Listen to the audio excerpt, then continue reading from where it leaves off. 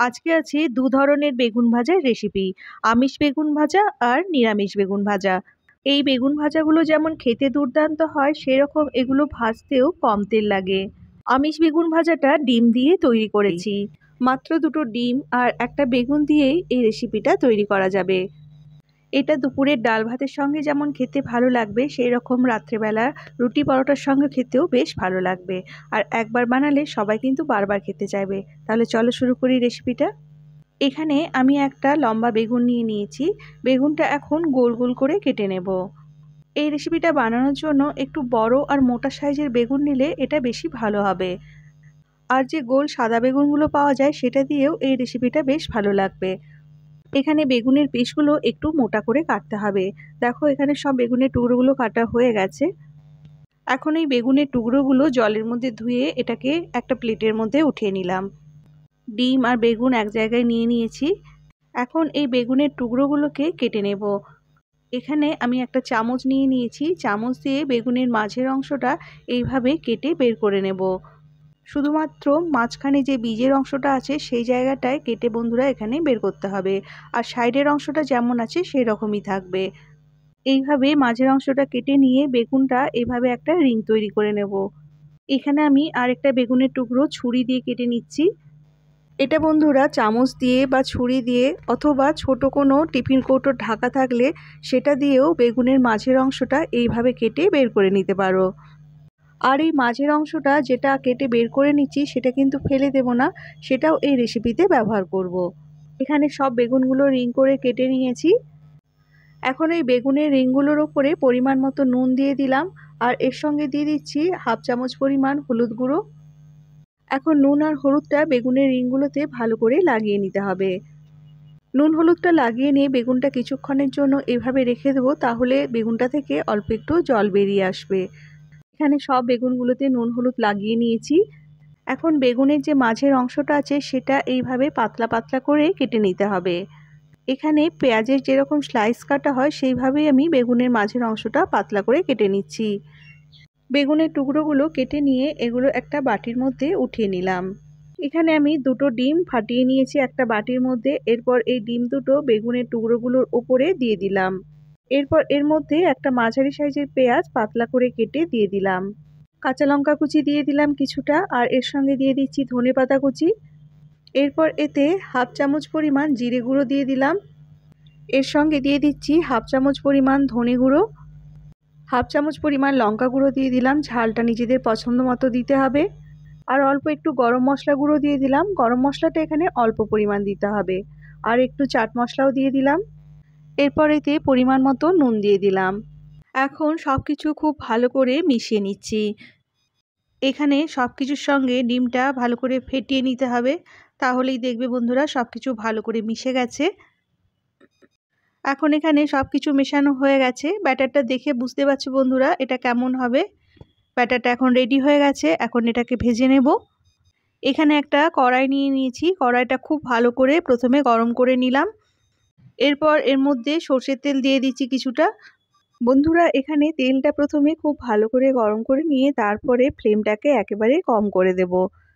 আর এখানে ডিম বেগুনটা তৈরি করতে আমি 2 টেবিল চামচের মতো তেল ব্যবহার করছি। এখানে বন্ধুরা আমি ব্যাটারটাতে হলুদ দিতে ভুলে গেছিলাম, এই জন্য 1/4 চামচ হলুদ গুঁড়ো দিয়ে দিলাম।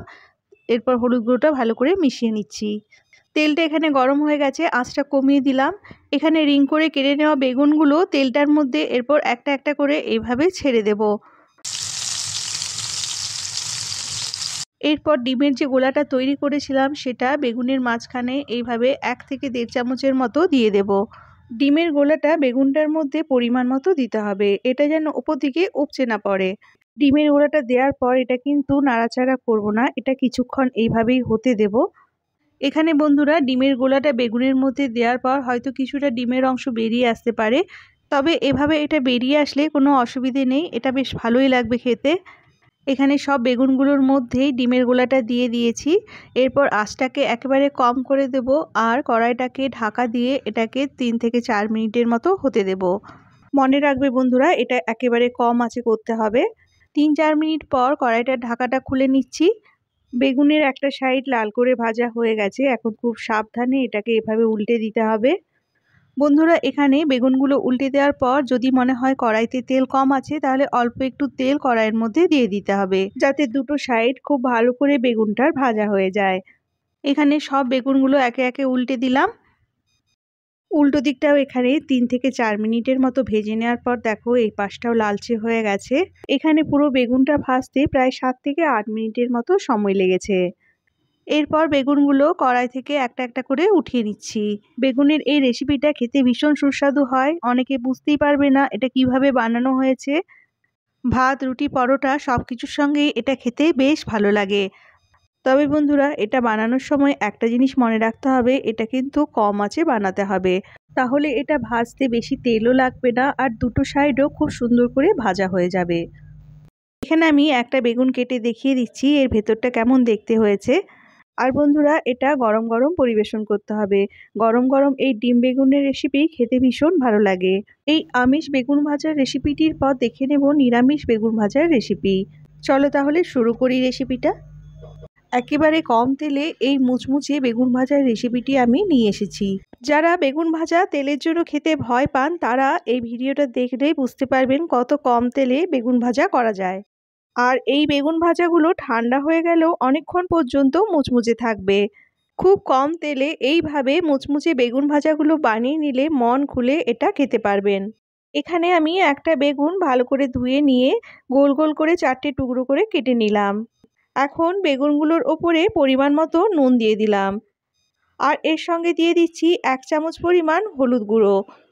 নুন হলুদ দেওয়ার পর এর মধ্যে 1/2 চামচ পরিমাণ লঙ্কা গুঁড়ো দিয়ে দিচ্ছি। এরপর এর মধ্যে দিয়ে দিচ্ছি 1/2 চামচ পরিমাণ চিনি।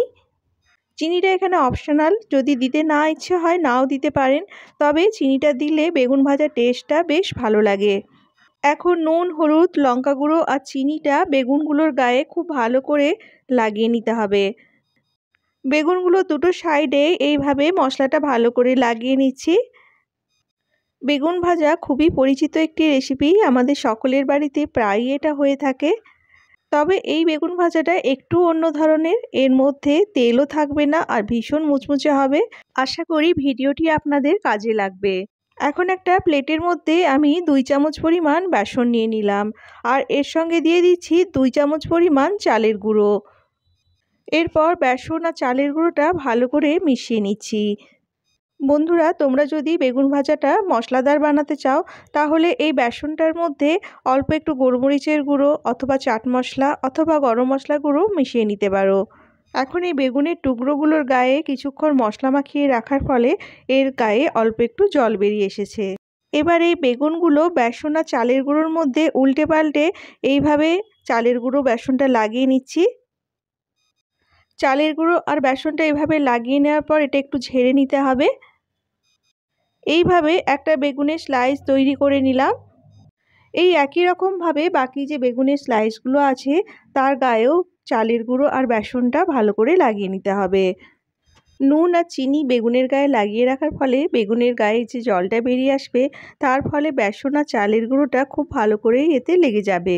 এখানে আমি একে একে সব টুকরোগুলোতেই বেসন আর চালের গুঁড়ো লাগিয়ে নিয়েছি। এরপর এগুলোকে ভাজতে হবে।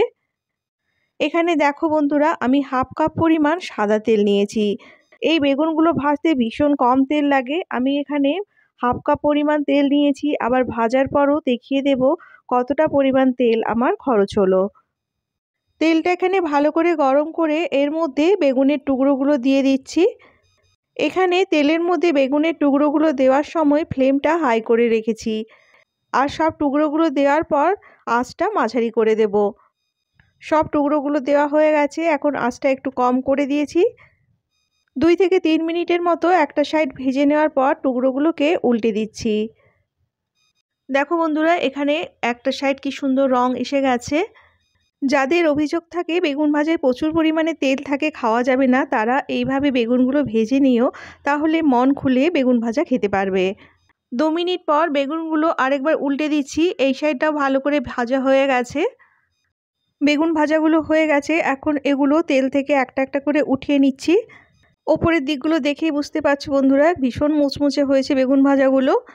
বেগুন ভাজাটা উঠিয়ে নিয়ে এখানে আমি টিস্যু পেপারের উপর রেখে দিচ্ছি, যাতে গায়ে লেগে থাকা তেলটা টিস্যু পেপারের গায়ে লেগে যায়। একটা একটা করে বেগুন ভাজা উঠিয়ে নিচ্ছি। বেগুনগুলো ওঠানোর সময় একটু তেলটা ঝরিয়ে নিচ্ছি। লাস্টের বেগুনটাও উঠিয়ে নিচ্ছি। দেখো বন্ধুরা কড়াইয়ের মধ্যে কতটা তেল রয়ে গেছে। সব বেগুনগুলো উঠিয়ে নিলাম আর কড়াইয়ের মধ্যে দেখো এতটা তেল আমার রয়ে গেছে। তেলটা আমি এখন কাপের মধ্যে ছেঁকে নিচ্ছি যাতে এর ময়লাটা বেরিয়ে যায়। দেখো বন্ধুরা এখানে কাপে কতটা তেল রয়ে গেছে। প্রায় 1 চামচের মতো তেল এখানে আমার খরচ হয়েছে। বেগুন ভাজাগুলো এখানে ভীষণ মুচমুচে হয়েছে। এগুলো গরম গরম খেতে খুব ভালো লাগে। এখন আমি বেগুন ভাজাগুলোর ওপরে অল্প একটু চাট মশলা ছড়িয়ে দিচ্ছি। এখানে চাট মশলা অথবা বিট নুন যে কোনো একটা কিছু ছড়িয়ে দিলে এটা বেশ ভালো লাগবে। দেখো বন্ধুরা বেগুন ভাজাগুলো কতটা মুচমুচে হয়েছে। আর বেগুন ভাজাটা আমি একটু ভেঙেও দেখিয়ে দিচ্ছি। দেখো এর ভেতরটা একটুও তেল যায়নি।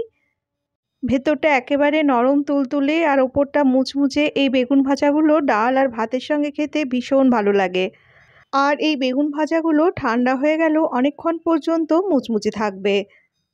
রেসিপিটি ভালো লাগলে বন্ধুরা ভিডিওটায় প্লিজ একটা লাইক করে দিও আর চ্যানেলটা সাবস্ক্রাইব করে আমার পাশে থেকো। চলে আসবো আবার একটা নতুন ভিডিও নিয়ে। আজ তাহলে আসি। টাটা।